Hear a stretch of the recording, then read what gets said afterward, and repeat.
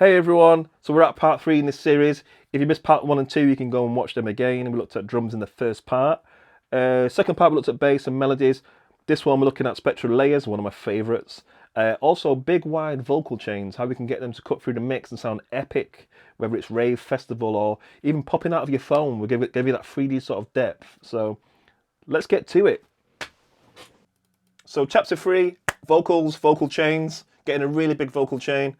Here's the vocals that we have in this track.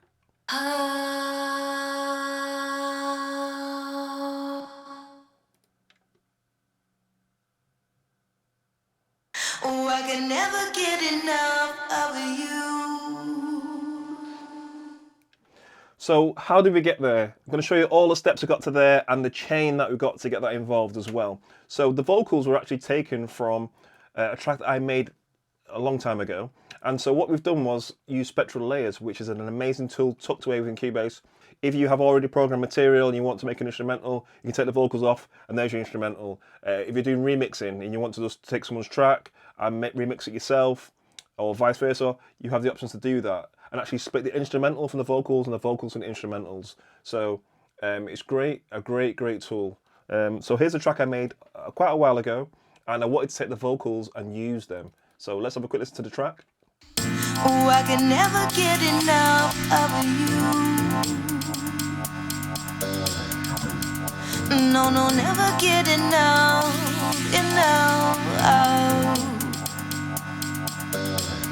Ooh, enough of you.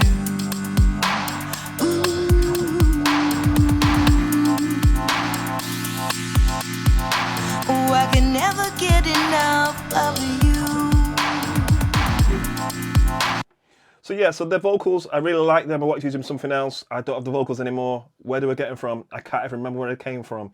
So now I've had to try and work out how to get them vocals in this track, which would suit this track without using the rest of the backing stuff. So back in the days, this was pretty much impossible. There was loads of options. People were using mid-side EQ and all that kind of stuff and making things mono and separating certain sections. SpectraLayers, we can do that all within the box amazingly, instantly, and efficiently as well. So really simple. Click on our waveform. I can go to the left at SpectraLayers. We can also choose to go to audio extensions if you want to choose it as well. It's exactly the same window, but the fact it's all tucked in one window now is a lot easier to be able to go to the left. Choose SpectraLayers. I can double click on it, and there's our waveform. I can then choose to peg back the zoom a bit so we can actually see the waveform. If you choose to work like that, I think most people will, because they want to see where the peaks might be of what ranges they want to work within. You can also choose freehand as well. We can actually choose to range stuff as well with the range tool. But I'm just going to rip the whole track and then take out the best bits that I need. Really simple. So the whole track's there. I can then go to layer mode and I can go to unmix vocals. Now it's much deeper than this. Again, another video on, look on our channel.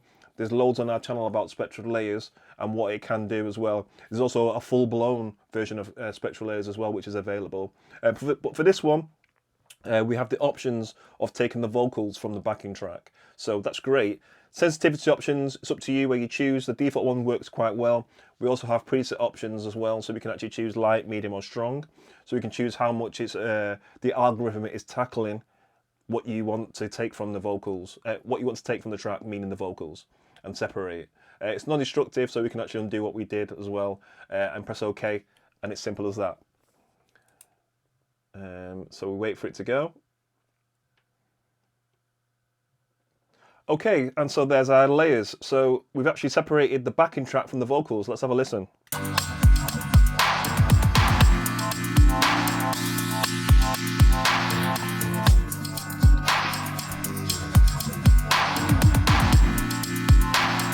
That's amazing. So now let's do the vocals.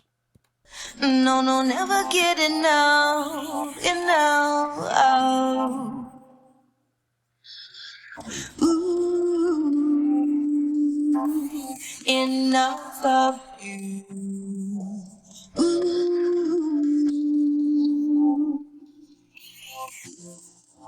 Oh, I can never get enough of you. And so there you go, so that's amazing. So now I have the vocals separated from the backing track. So it means, for instance, if with this track now, I can actually go back into this track and have an instrumental version. You know, like an instrumental dub if I wanted to. Really powerful creative options. Absolutely love SpectraLayers, I love it. Okay, so the vocals are there, got the vocal layer, and it's a simple case of dragging and dropping the layers to the original waveform, and that's it, it's rendered. And then from here, I can then choose to chop out the bits that I need, and then I can drag into a track where it'll then choose, well, where it will then give me the option to bounce into an extension events. I press yes, and then now we have that as an event rendered, ready to roll within that track, and that's what I did with the vocals. So let's undo all that and go back to the vocals. We don't need this channel because we've already did that. And here's the vocals. Oh,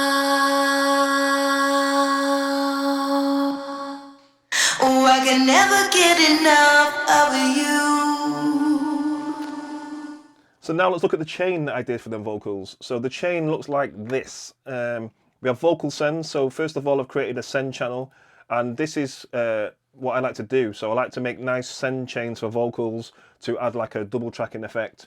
Of course, there's millions of ways of doing vocals, but some people might stack them and layer them. When I mix and master for people, they send me stems. A lot of the vocals will be, you know, there's tons, all different types of takes, all layered different ways, and some with processing, some without. And for me, this adds that element of adding a double tracked vocal without actually stacking loads of stuff up as well. And you can do that way as well. There's no right or wrongs to it. I think it's just better to maybe create a vocal effects sends channel and populate that, and then you've actually got control, full control of how much you're imparting that to the original vocal sound. Okay, so the send, on the vocal send, I have reverence, and we have the plate, because we like the plate. It's going into distortion, so obviously it's going to add that sort of grit and distortion, and you can overdo it with vocals, but again, your vocals might want that. You might want them to be sounding sort of gnarly and driven, and that's what that will give you in this effects send. And of course, with it being an effects send, we can choose how much of that is imparted into this channel. You know, so let's have a listen. Oh, I can never get enough of you. Of course, that's too much, but you can hear it in there. You know, when it's dialed back a bit, you get that kind of rasping kind of, you know, grit. I absolutely love that. So here's the effects insert slots from top to bottom. We have Razor to bring up the actual waveform peaks. It's quite good for leveling, so it's quite good for bringing the quietest parts louder, which limiters do most of the times working that way. A compressor can do as well. So it brings up sort of the quieter peaks. It's a little bit aggressive, so I have it in aggressive mode and driven quite hard because we want the vocal sounding big. You know, we want to kind of cut through and be edgy, and that's what that gives you.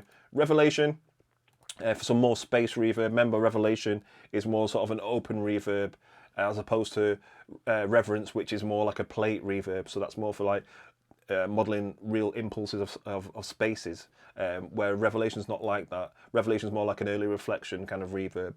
So you get kind of two different reverbs that work really well with each other, and of course they're both within Cubase as well. Stereo delay, again, like we explained earlier, sync mode is off, and there is some slight millisecond delays, and there's some slight feedback, and there's some slight wet as well.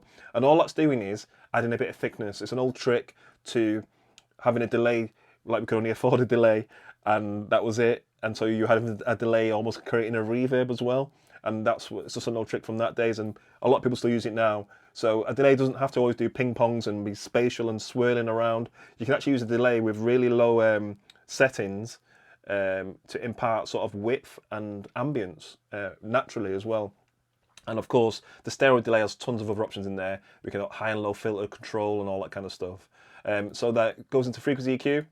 Of course, with it being vocals, we don't need any of this range. I mean, we could probably go in a little bit further as well, depending on the vocals and how they sound and what you want to take out. But for vocals, this is certainly not needed at all, especially for later on when we're doing a pre-master and an eventual master. FX modulator, great. We've got this curve going in here with the pan, so you hear the vocals kind of panning in and out. Oh, I can never get enough of you. Oh, I can never get enough. Really cool. And obviously I can choose the timing of them, how smooth they are. I can add other modules if I choose to. I can actually turn the output gain as well. It's really cool. The sort of little effects that you can ride in there in Effects Modulator. It's probably my favourite plugin at the moment in Cubase. Absolutely love it. Stereo enhancer, we've shown that before, some enhancement. We have the multi-tap delay. So yeah, came in a couple of versions ago. This is a great plugin for all types of delay. This is probably the go-to delay, I think, in Cubase for delays, because of the fact that it's so customizable. You can change different modules, a gain light effects modulator. You can actually really customize your own special delay. It's great for dub type delays, which I'll show in another video, and getting them kind of, you know, tape saturated kind of delays, spring reverb delays. You can get all that in here as well. It's a really, really customizable, powerful delay plugin. So yeah, so I have some reverb in there, and that's it, and the compression at the very end, post fader. So post fader will actually make sure it's the last slot in the plugin. It's the last way out of Cubase, the last way out of the chain. And all that's doing is literally locking the transients. Oh, I can never get enough of you. So just under 3 gain reduction, 3 dB to gain reduction, and that's literally just taking off all the peaks that might just be being a bit unruly. Obviously, I'm driving it with distortion, and it's quite loud now with Razor, all that kind of stuff. And the compression is just giving me that control over the highest parts of the vocal, so it's all kind of level, almost like a limiter, but not quite like a limiter, not as aggressive, more controlling with this as well. We have the auto makeup gain on as well, so it's actually picking up algorithmically what's too loud, what's too quiet. Here's where it's going to take it out, here's where it's going to level it off. Perfect. And that's the chain. So with and without the chain. Oh, I can never get enough. With the chain. Oh, I can never get enough of you. And there we go.